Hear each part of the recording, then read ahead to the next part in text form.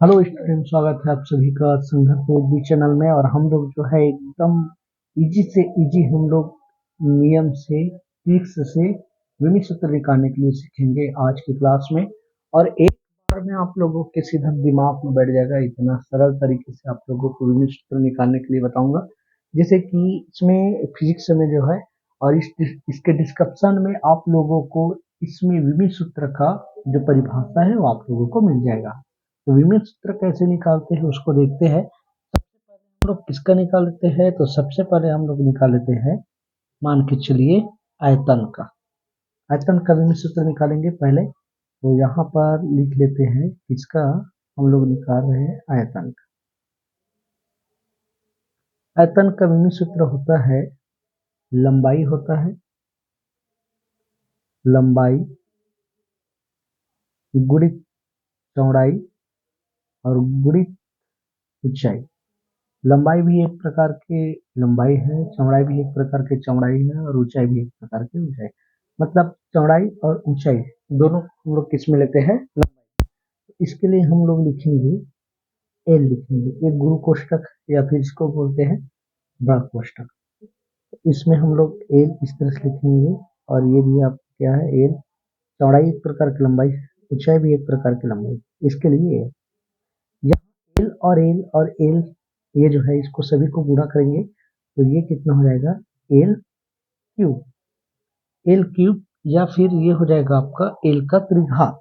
अब देखिए इसमें क्या नहीं है, तो एम नहीं है, और एम नहीं है तो एम को इसमें क्या रखेंगे हम लोग, एम का घात, एम की विमा क्या रखेंगे, जीरो रखेंगे। एल है, आप लोग जानते हो ना क्रम जो है विमित सूत्र लिखने का, वो क्रम क्या आता है आपका, एम एल, और एम एल के बाद में आता है आपका टी, कि जो एक तरफ से घात होते हैं वो उसके क्या होते हैं, विमा होते हैं। तो एम नहीं है तो एम जीरो लगाएंगे, एल के घात कितना है, तीन है, टी नहीं है तो टी का घात जीरो लगाएंगे, मतलब विमा जीरो लगाएंगे। मतलब यहाँ आपको आयतन का विमित सूत्र मिल गया, एम जीरो, एल तीन और टी का घात कितना है, जीरो है, ये उसकी विमा है। इस तरह से आप आयतन का विमित सूत्र निकाल लेते हैं। तो आप समझ में आ गया होगा। अच्छा, आप लोगों को एक बात समझ में आया क्या डियर स्टूडेंट्स, की ये जो है एल का घात तीन कैसे आ गया। तो एल का घात तीन इसलिए आया है, जैसे कि इसमें एक सूत्र होता है, आप लोग जानते हो ना, घात वाले सूत्र होता है। घात वाले सूत्र ये होता है, ए का घात मान के चलिए एम है, गुणित एन, ए का घात एन है, और ए का घात क्या है, पी है। तो ये जो है ना, ये सब बराबर में जुड़ जाता है। जैसे कि आधार, आधार समान है, घात अलग अलग है, तो इसको क्या कर देते हैं, जोड़ देते हैं, एम धन एन धन पी, इस तरह से। इसलिए यहाँ पर इसका घात एक है, इसका घात एक है, इसका घात एक है, तो जुड़ गया, कितना आया, तीन आया। समझ में आया ना। इसी तरह से हम लोग कुछ दूसरा देखते हैं, जैसे कि हम लोग देख लेते हैं किसका, मान के चलिए कार्य का देख लेते हैं। कार्य का विमित सूत्र निकालना है, तो कार्य का विमित सूत्र के लिए हमें उसका सूत्र याद रहना चाहिए कार्य का। तो कार्य बराबर क्या होता है, तो कार्य बराबर होता है बल गुणित दूरी। बल गुणित दूरी या फिर उसको बोलते हैं बल गुणित विस्थापन। तो विस्थापन ले लेते हैं या फिर दूरी ले लेते हैं, बल गुणित विस्थापन। अब आप लोग जानते हो विस्थापन, तो जानते हो क्या है विस्थापन, एक प्रकार की दूरी है।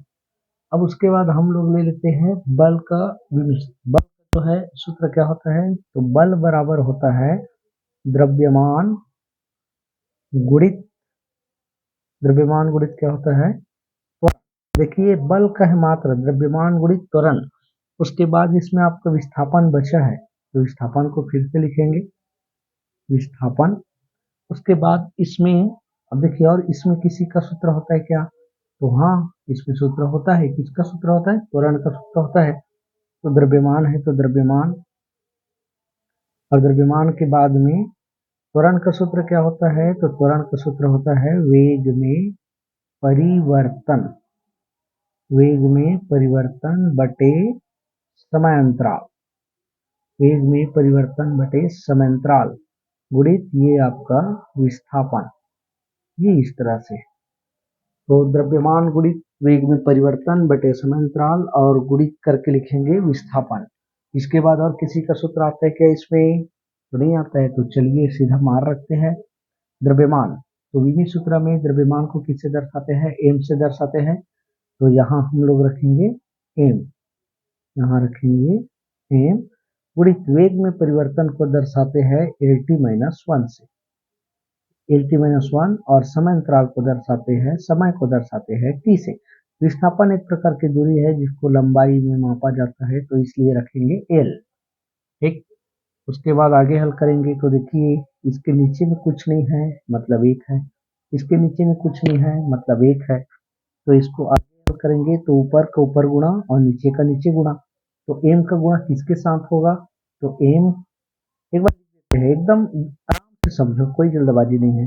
एम है, उसके बाद यहाँ पर एल टी माइनस वन है, उसके बाद यहाँ पर आपका पूरे का बट्टे में मतलब अपान में कितना आएगा? पूरे के बट्टे में अपान में आपका आएगा टी।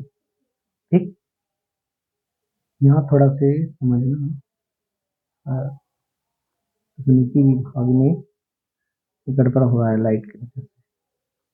ठीक, यहाँ समझ जाते हैं एम। अब एम के बाद देखिए एम को लिख लिया, यहाँ इसमें एल और क्या एल है, तो एल है मतलब ये वाला एल का घात कितना है? एक है। ये वाला एल का घात कितना है? एक है। तो इसको हम एकदम डिटेल में समझेंगे तो एल का घात एक और इसका घात कितना है? एक। उसके बाद ये टी बचा, तो टी का घात कितना है? ऋण का एक। ये टी का घात कितना है? एक है। ये ऊपर जाएगा तो इधर भाग है, ऊपर जाके क्या होगा? गुणा होगा, लेकिन इसका घात में माइनस आएगा, इसका घात में माइनस आएगा। ये कैसे आया इसका घात में माइनस? इसका घात में माइनस इसलिए आया क्योंकि आप लोग घातांक नियम से सूत्र जानते हो, ए का घात सॉरी ए अपान ए का घात एम है, तो ये ऊपर जाएगा तो ए का घात कितना होगा? माइनस एम होगा।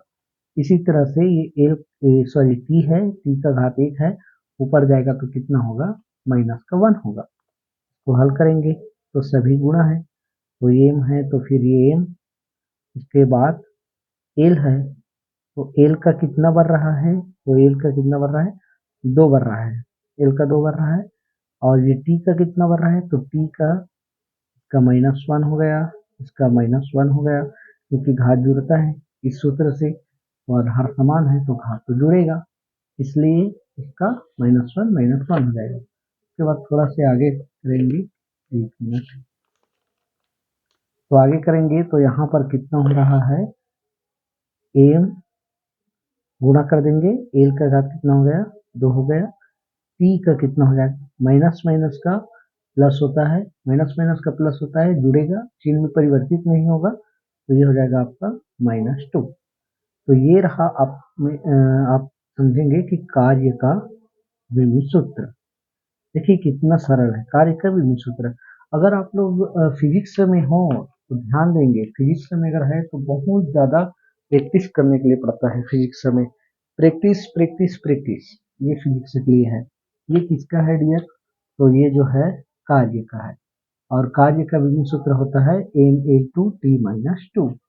इसी तरह से हम लोग और किसी का निकाल लेते हैं, जैसे कि वेग वगैरह का निकाल लेते हैं। वेग है, या में आप लोग जानते हो दाब है, आवेग है, बल है, ये सब है। तो इसमें हम लोग देख लेते हैं किसका, तो वेग या चाल, वेग या चाल का विभिन्न सूत्र निकालेंगे। तो इसमें वेग हो या फिर क्या हो? चाल हो। तो वेग या चाल का विभिन्न सूत्र निकालेंगे तो इसके बराबर में क्या होता है? वेग या चाल बराबर होता है दूरी बटे समय, दूरी बटे समय होता है। दूरी का कितना लेते हैं? दूरी को किससे मापा जाता है? तो दूरी को मापा जाता है लंबाई से। एक लेते हैं इसके लिए, और समय के लिए क्या लेते हैं? समय का मात्रक मिलेंगे टी। तो देखिए एल, ऊपर में एल है, उसके बाद ये टी है, और जानते हो ना ये वाला बताया है अभी अभी, ये वाला सूत्र जो है वन अपान, वन अपान क्या है? M, one upon A M, उसका घात माइनस का एम होगा। तो यहाँ एल जो है उसके बाद ये ऊपर जाएगा तो टी का घात यहाँ कितना है? प्लस का वन है, और उधर जाएगा तो क्या हो जाएगा? माइनस का 1 हो जाएगा। तो इसको गुणा करेंगे तो ये होगा एल टी माइनस 1, या फिर इसमें क्या नहीं है, एम नहीं है, तो एम नहीं है तो एम लगाओ, एम की विमा 0 आएगा, एल टी माइनस 1। इस तरह से वेग या चाल का आप लोग निकाल सकते हो विमी सूत्र। चौथा और किसी का देख लेते हैं एकाक, जैसे कि मान के चलिए इसमें आप लोगों को मिल गया संवेग, मिल गया, क्या मिल गया, संवेग। संवेग संवेग के बराबर में सूत्र क्या होता है, तो संवेग के बराबर में होता है द्रव्यमान गुणित वेग। द्रव्यमान का और कुछ बनता है क्या सूत्र, द्रव्यमान का अगर और कुछ सूत्र बनता होगा तो फिर बताइए। तो द्रव्यमान का और कुछ सूत्र नहीं बनता है तो ठीक है, द्रव्यमान का नहीं बनता है तो इसको रखिए द्रव्यमान, और गुणित वेग का क्या होता है, तो वेग का अभी अभी निकाले ना, वेग का होता है दूरी बटे समय।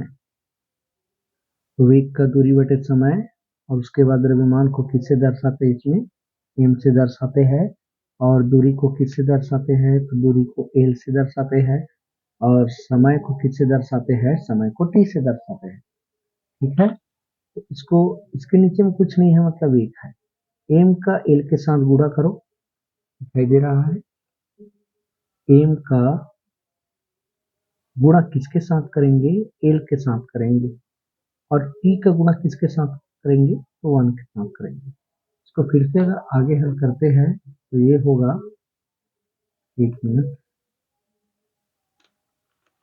ये हो जाएगा आपका एम और एल का गुणा करेंगे तो ये हो जाएगा एम और एल, और गुणित, सॉरी, ये जो है इस तरह से आप लोग इसको अगर आप कोष्टक में रखेंगे, टी का घात कितना हो जाएगा, इधर जाएगा तो माइनस का 1 हो जाएगा, सभी को गुणा करेंगे तो ये हो जाएगा आपका एम एल और T minus 1, M L T minus 1, ये किसका सूत्र हुआ, तो ये सूत्र हुआ आपका संवेग का। ठीक, और किसी का देखें, और किसी का देख सकते हैं, जैसे कि हाँ इसमें और कुछ आता है, याद रखना, वो है आप लोगों का विमाहीन राशि। विमाहीन राशि मतलब इसकी विमाएं जो है नहीं होता है। विमाहीन राशि में जैसे कि आप लोग समझ सकते हो, विकृति आता है इसमें, विकृति, विकृति विमाहीन राशि है, कोई M zero L zero T zero करके इसमें क्या किया जाता है, दर्शाया जाता है। ऐसी विमाहीन राशि आता है आप लोगों में, आप लोग समझ सकते हो, सॉरी, कोण का, कोण का भी ऐसी होता है, M zero L zero T zero, इस तरह से। और इसमें और कुछ है जो विमाहीन राशि है, और इसका जो है बीमा नहीं होती तब उसको क्या बोलते हैं, विमाहीन राशि बोलते हैं।